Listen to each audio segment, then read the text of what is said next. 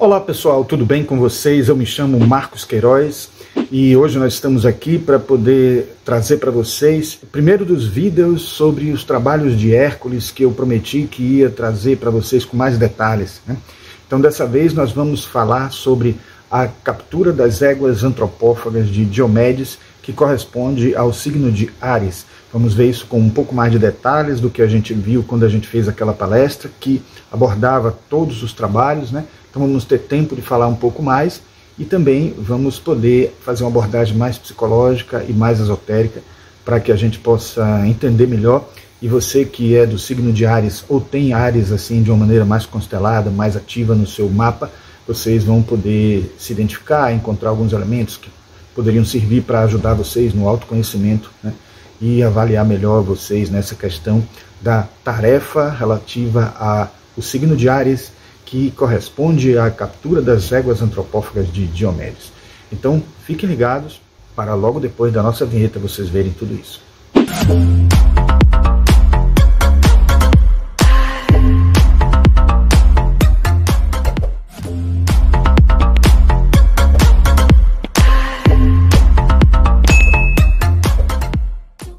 O trabalho de Hércules da captura das éguas antropófagas de Diomedes na mitologia grega é o 8º dos 12 trabalhos, só que considerando as descrições oficiais, né, que a gente pode encontrar até sem tanto detalhe assim nesse livro Metamorfose de Ovídio, né, e em tantos outros livros clássicos que falam dos trabalhos de Hércules. Mas na perspectiva esotérica, principalmente na perspectiva de Alice Bailey, né, o primeiro trabalho porque está associado ao signo de Áries, né? Diomedes, o rei da Trácia, possui um grupo de éguas selvagens e ferozes que se alimentam de carne humana, e este é o mote para o trabalho, esse é o motivo desse trabalho de Hércules, e que a gente vai ver como é que isso se desdobra numa perspectiva da própria mitologia, na perspectiva da psicologia junguiana e na perspectiva esotérica da teosofia. Então, Hércules recebe a ordem: captura as éguas, pondo fim a esses atos.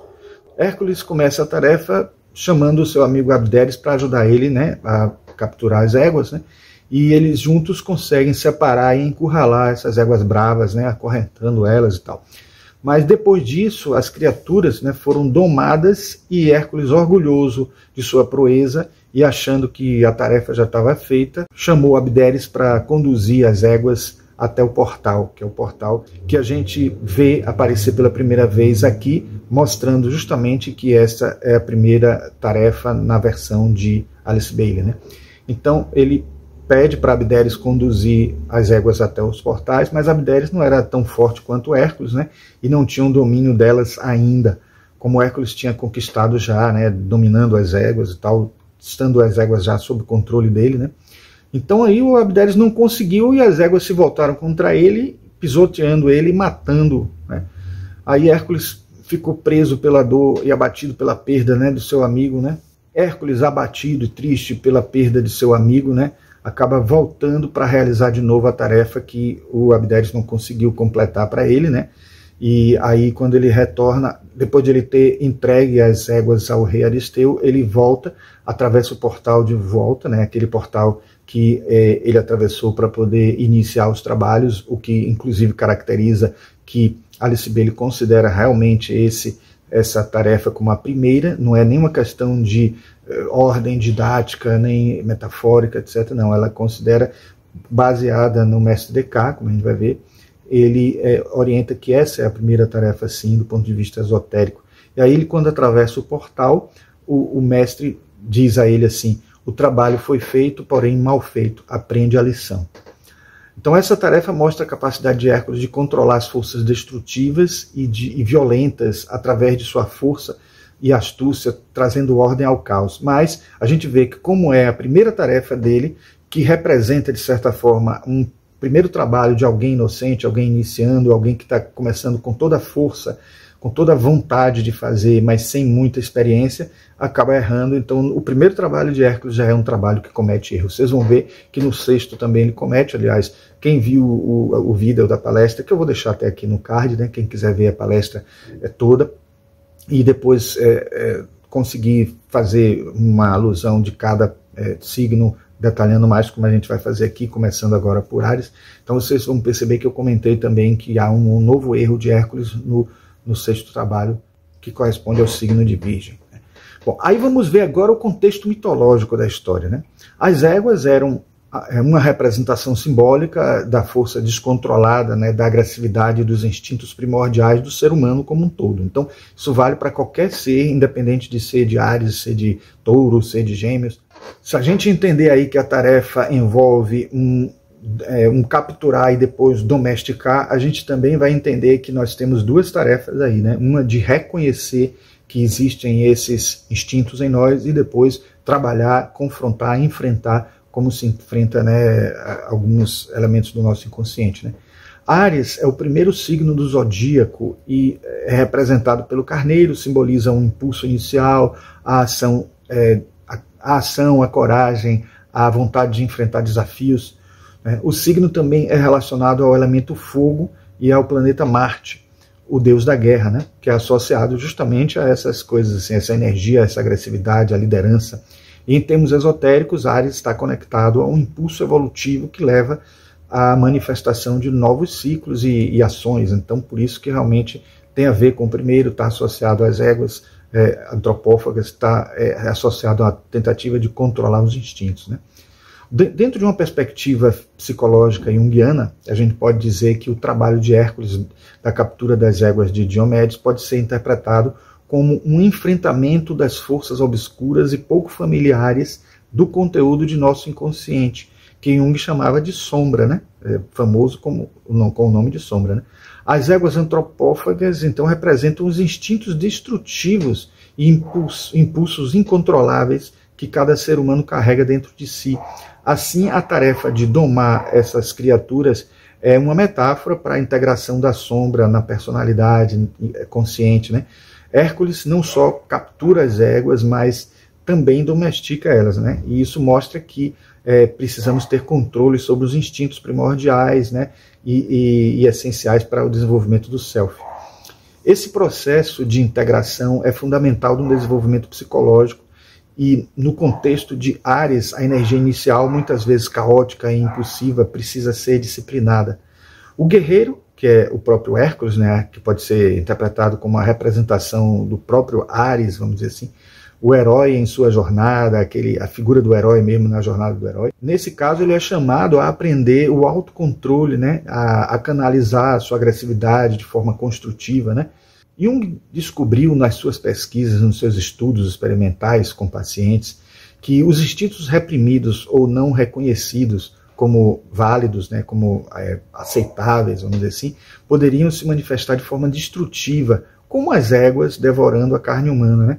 E a antropofagia aí acrescenta um significado adicional, né, que representa muito bem a autossabotagem, né, que a gente tem às vezes conosco mesmo, né, que é um padrão de comportamento que inclui criar obstáculos ou barreiras para a gente mesmo, né, quase sempre de forma inconsciente, que dificultam o alcance dos nossos objetivos principais, né, ou da realização de tarefas, mesmo as mais básicas para a gente acaba não sentindo familiaridade porque vai para o inconsciente e a gente acaba obscurecendo elas e não trabalhando, né. E a busca de trabalhar isso é justamente o caminho que a gente precisa de resolver essa questão que existe em nós, né? Hércules, ao completar essa tarefa, demonstra a importância de superar esta barreira, enfrentando elas, vamos dizer assim. Ou seja, primeiro assumindo que elas existem, que é o significado da captura em si, e em seguida exercer o controle sobre elas, que é representado pela ação de domar as éguas propriamente, né? Então essas ações são de fundamental importância para o processo que vocês já devem conhecer pelo nome de individuação, né? O processo pelo qual se aprende a dominar as forças interiores e integrá-las em harmonia com a totalidade da psique, os potenciais reais e as vontades internas que a gente tem, que se manifestam nessa busca de sermos nós mesmos, né? De sermos o si mesmo, de fazermos o si mesmo brilhar, o sol que tem dentro da gente brilhar, né? Na perspectiva esotérica, teosófica, a gente pode dizer que o trabalho de Hércules reflete um processo de iniciação espiritual. As éguas antropófagas simbolizam o desejo egoísta, né, a natureza inferior que precisa ser purificada e elevada, né? Em Áries, que marca o início do zodíaco da jornada da alma, esse trabalho representa a necessidade de transformar a força bruta em poder criativo, consciente, né? Ao capturar e domar as éguas, Hércules exemplifica a luta da alma para dominar a natureza instintiva e direcionar suas energias para o crescimento espiritual. Em Os Trabalhos de Hércules, Alice Bailey, né, que é esse livro que a gente tem aqui, que depois até teve um outro livro de uma brasileira aqui, né, teosofista, que escreveu a Astrologia e os 12 Trabalhos de Hércules, que é de Iva Marques da Fonseca, segundo os ensinamentos de Alice Bailey, então é baseado nesse, mas esse livro eu recomendo complementar esse, porque é quase um elucidário desse livro aqui, então ajuda a gente a entender melhor, ela destrincha, ela torna mais didático, ela subdivide em conteúdos para que a gente entenda melhor, né? Então, nos Trabalhos de Hércules de Alice Bailey, que é esse livro que eu mostrei aqui agora, né, ela reconta o mito, né, com base nas orientações do mestre Duoku, que abreviadamente é chamado de mestre Descartes, ou como o tibetano, né? Segundo a teosofia e a própria Alice Bailey, o Duoku foi um mestre da grande fraternidade branca, né? E um dos mais eruditos e estudiosos da cultura clássica humana, e ele ajudou Alice Bailey a desvendar essas questões dos 12 Trabalhos de Hércules e acabou sendo o auxiliar dela em vários outros livros. O dos Trabalhos de Hércules, foi inclusive o último livro que ela até morreu enquanto ele estava sendo escrito, e como eu disse na palestra, né, o Danny Rudyard acabou terminando a tarefa de escrever sobre os Trabalhos de Hércules, né, e ele foi que acabou concluindo o trabalho de Alice Bailey. Ele sempre foi muito ligado, né, a parte astrológica de Alice Bailey teve sempre a ajuda dele, consultoria dele, e vice-versa, né, porque ela também trazia informações que vinham do mestre tibetano. Então, nesse trabalho em especial e nessa versão esotérica do mestre Descartes, a captura das éguas antropófagas é o primeiro e não o oitavo, né, como eu já disse, né, e o primeiro deixa de ser a morte do leão de Nemeia, né, que a gente vê na maioria dos escritos sendo considerado como o primeiro, o leão de Nemeia, né, a morte do leão de Nemeia. Alice Bailey, ao reorganizar os trabalhos de Hércules, ela coloca a captura das éguas de Diomedes como o primeiro, porque o mestre considera que esse mito simboliza o início do caminho espiritual associado ao signo de Áries. Ele não afirma simplesmente que a ordem adotada é didática. A proposição do livro é reorganizar mesmo essa ordem, como eu falei, né? Porque pelo próprio a ideia do portal que é descrito, que é explicado, vocês vão ver com colunas salomônicas, etc., já mostra isso de alguma forma, descrevendo pela primeira vez o portal, pela primeira vez que Hércules atravessa esse portal para poder realizar as tarefas. Como Áries marca o começo do ciclo evolutivo, ainda em fase inicial de desenvolvimento, portanto, ainda um tanto quanto primitivo em suas ações abruptas, vamos dizer assim, né? Mas com muita energia, e aí esse signo simboliza a força mental descontrolada que corresponderia às éguas selvagens que precisam ser domadas. Aí a regência clássica acaba ganhando uma importância especial, porque esotericamente o regente de Áries é Mercúrio. A gente sabe que o regente moderno é Marte, né? Mas o regente clássico é Mercúrio.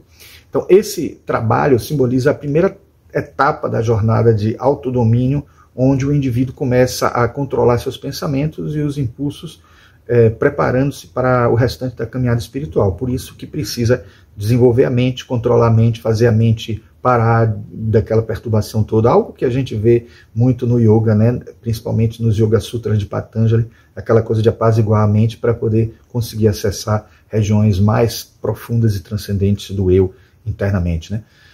Então, esotericamente, Áries é visto como o arquétipo do pioneiro, aquele que abre o caminho para a evolução, né, da consciência. Então, domar as éguas antropófagas acaba sendo visto como um passo essencial no caminho da iniciação, onde o discípulo, representado por Hércules, deve aprender a dominar os desejos e impulsos destrutivos para avançar no caminho da iluminação. Na tradição teosófica, o guerreiro espiritual, assim como Hércules, deve enfrentar seus desafios internos, purificar seus instintos e desenvolver a coragem para lidar com forças do universo com equilíbrio e sabedoria. Na versão Baliana, né, se a gente pode chamar assim, fica claro que esse trabalho é de fato o primeiro, porque na descrição dela, Hércules atravessa pela primeira vez um portal criado por duas colunas salomônicas que representam a dualidade, né, o símbolo da entrada no mundo da ilusão. A coluna salomônica com aqueles meandros, aquelas curvas, aquela espiral, vamos dizer assim, representa muito bem essa questão de ser algo inicial, meio kundalínico, meio energia de formação do universo, meio tortuoso, porque quando se cria alguma coisa de início ela é tortuosa, né? Então a energia do vermelho de Marte, da guerra, do sangue, o vermelho da kundalini, o vermelho do início, o vermelho da força inicial, do fogo, do fogo de criação, do grande boom da criação, o Big Bang e tal. Então tudo isso está tudo associado, está tudo relacionado com a mesma energia, né? Mas essa questão das colunas salomônicas, ela se repete em todas as tarefas, porque em todas elas o Hércules acaba atravessando um portal para poder realizar a tarefa, né? Depois de ter recebido todo o enunciado dela, como se fosse um edital para realizar a tarefa, né? É um roteiro para realizar a tarefa. Então, capturar as éguas selvagens de Diomedes já é por si só um simbolismo muito forte da luta do masculino, ânimos, vamos dizer assim, na psicologia junguiana, ou espírito, né, dentro daquela visão de entender o ânimos como o lado racional, o lado mais ativo, o lado que seria mais ligado ao homem, ao mental da psique e tal. Mas, claro, entendam que quando a gente diz o ativo no homem e o passivo na mulher, a gente não está dizendo que a mulher é passiva, nem está dizendo, quando a gente fala que é o homem tentando dominar as deficiências e as fragilidades do feminino ou do passivo ou do yin da pessoa, não está querendo dizer aí que o homem é superior, a mulher é inferior, coisas desse tipo. Pode ser que muitos no passado tenham se aproveitado desse simbolismo para desenvolver o seu machismo, mas aqui o que está se falando é do ativo e do passivo, do yin e do yang. Então a captura das éguas selvagens aí representa de certa forma a luta do masculino contra as fraquezas do feminino. Em alguns momentos a gente vai ver a luta do feminino contra as fraquezas do masculino. Então é o ativo contra o passivo, é a tentativa de o ativo superar o passivo, aquela necessidade original de a gente precisar ter a força de Marte, a força de Áries atuando, porque a gente está dando pontapé inicial, está iniciando alguma tarefa, né? Então, o que não quer dizer, como eu já disse, né, que está associado a fraqueza, que o feminino é mais fraco ou coisa desse tipo. Então, podemos entender preferivelmente que o feminino aqui seria o ânima, ou a alma, né, os sentimentos, então sendo muito delicados e aí sendo muito sofridos com a ação de Áries, a ação de Marte, né? É como se a gente entendesse alguém que guerreia, alguém que é agressivo contra alguém que é muito sensível e tem uma sensibilidade emocional muito forte, né? Então essas fraquezas e as necessidades de domínio sobre elas existem em todos nós, né, independente de ser homem ou mulher, né? Eu espero que isso tenha ficado claro, e ainda que a aparência seja de um machismo, né, do texto, e que possa criar uma reação negativa para o contexto, mas o entendimento é esse, né? Então, se entendermos o masculino e feminino aqui como ativo e passivo, yin e yang, a gente tira o peso desse machismo, né? Os temidos animais são femininos, né, éguas, então por isso que a gente está falando aqui da busca do algo mais passivo em nós, a representação aí do feminino, a representação do yin, que precisa ser dominado, que precisa ser passivo, não no sentido de não ser tão forte, não tão atuante, mas no sentido de ser algo que a gente não controla, é algo como se fosse assim, está fora dos nossos controles, do nosso domínio, como as emoções, né, principalmente as emoções básicas, né?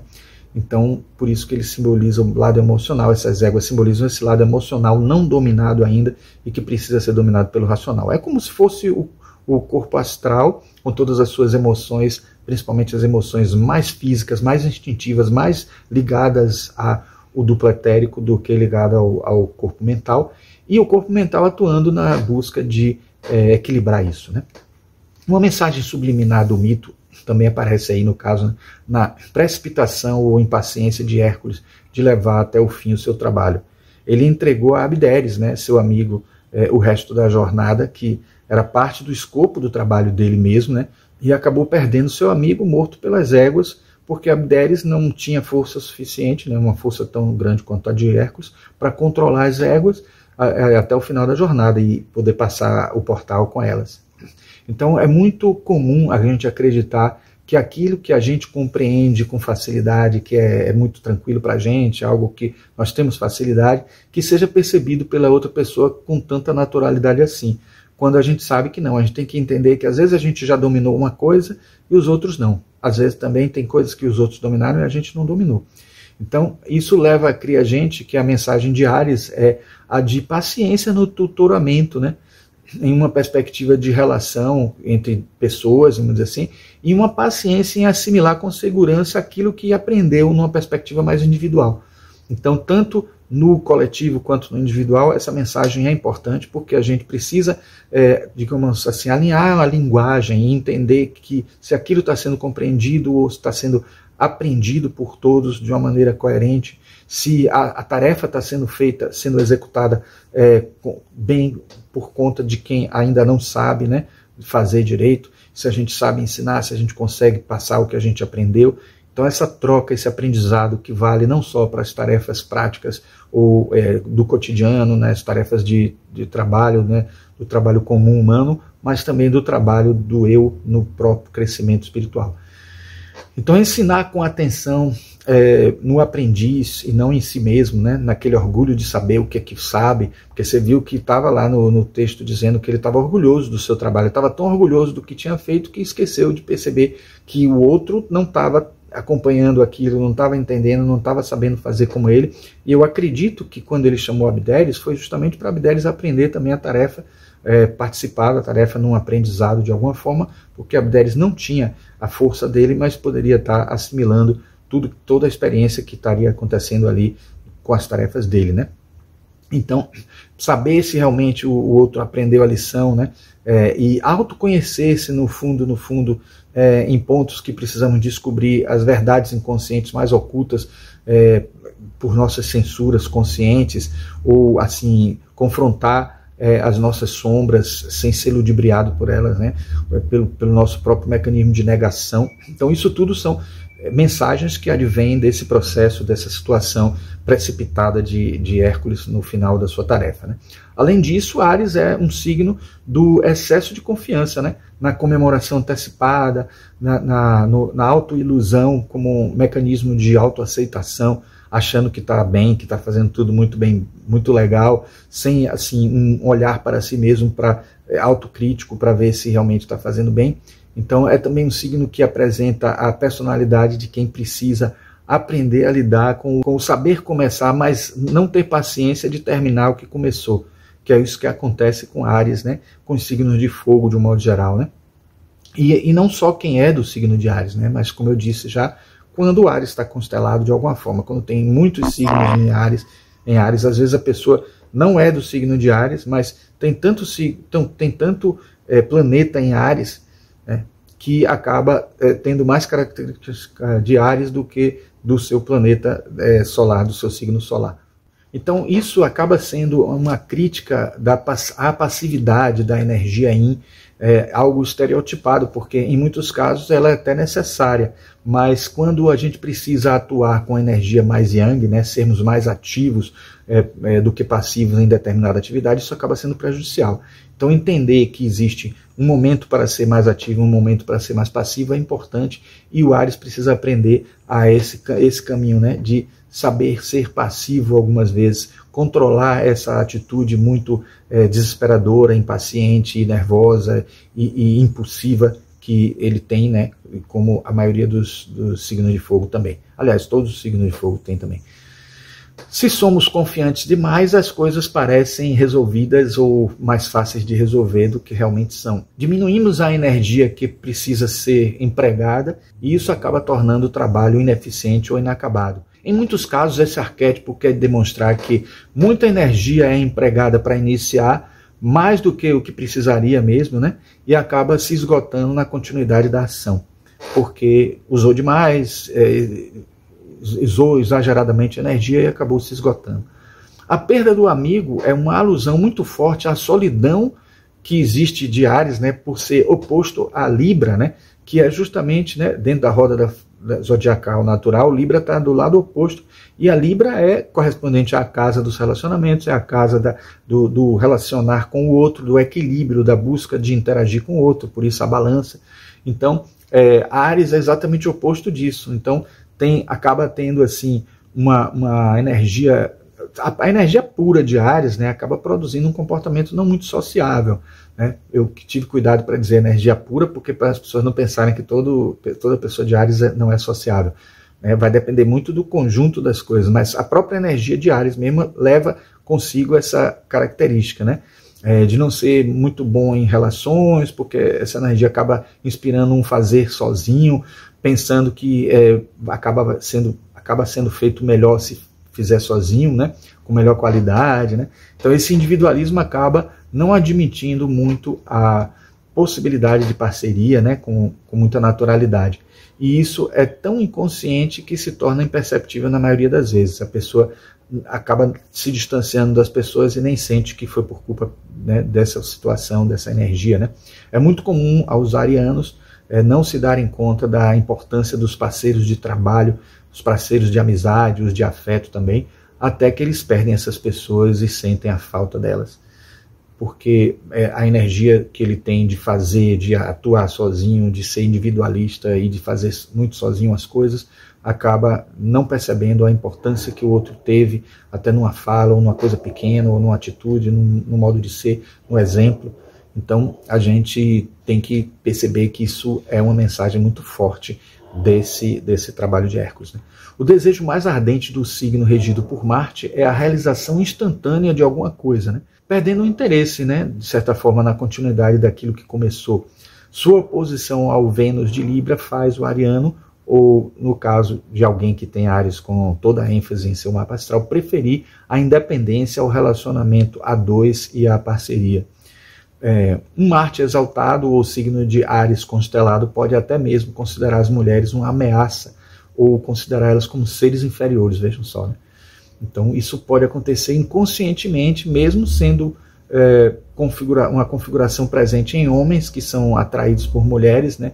E isso acaba sendo um motivo interno inadmissível e hediondo, né, diga-se de passagem, para a masculinidade tóxica e até para as agressões às mulheres que existem em todas as épocas e divergem nas formas inimagináveis ao longo da história de como isso acontece, e hoje parece até que tem crescido muito mais, mas é porque hoje isso tem sido cada vez mais reprimido, isso tem sido mais divulgado, isso tem sido mais controlado, tentando se controlar pelo menos pela legislação, ainda que esteja acontecendo em grande quantidade inadmissível, porque é algo que precisa ser muito trabalhado na sociedade para que a gente cresça, algo que parece ser tão atrasado e ainda persiste na gente, essa agressividade do homem com a mulher.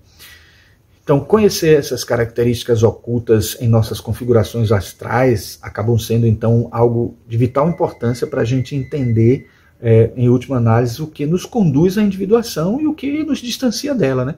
Em uma perspectiva pessoal e mesmo em uma visão coletiva da humanidade, isso acontece, né? Isso é importante que a gente veja. Então, essa questão da masculinidade tóxica, esse mundo hoje tendo uma legislação mais repressora a essas atitudes hediondas, elas ajudam a gente a impulsionar um pouco mais a evolução, apesar de ficar bem claro que a gente ainda está muito atrasado, muito mais atrasado do que deveria estar dentro dessa trajetória, tanto no individual quanto no coletivo.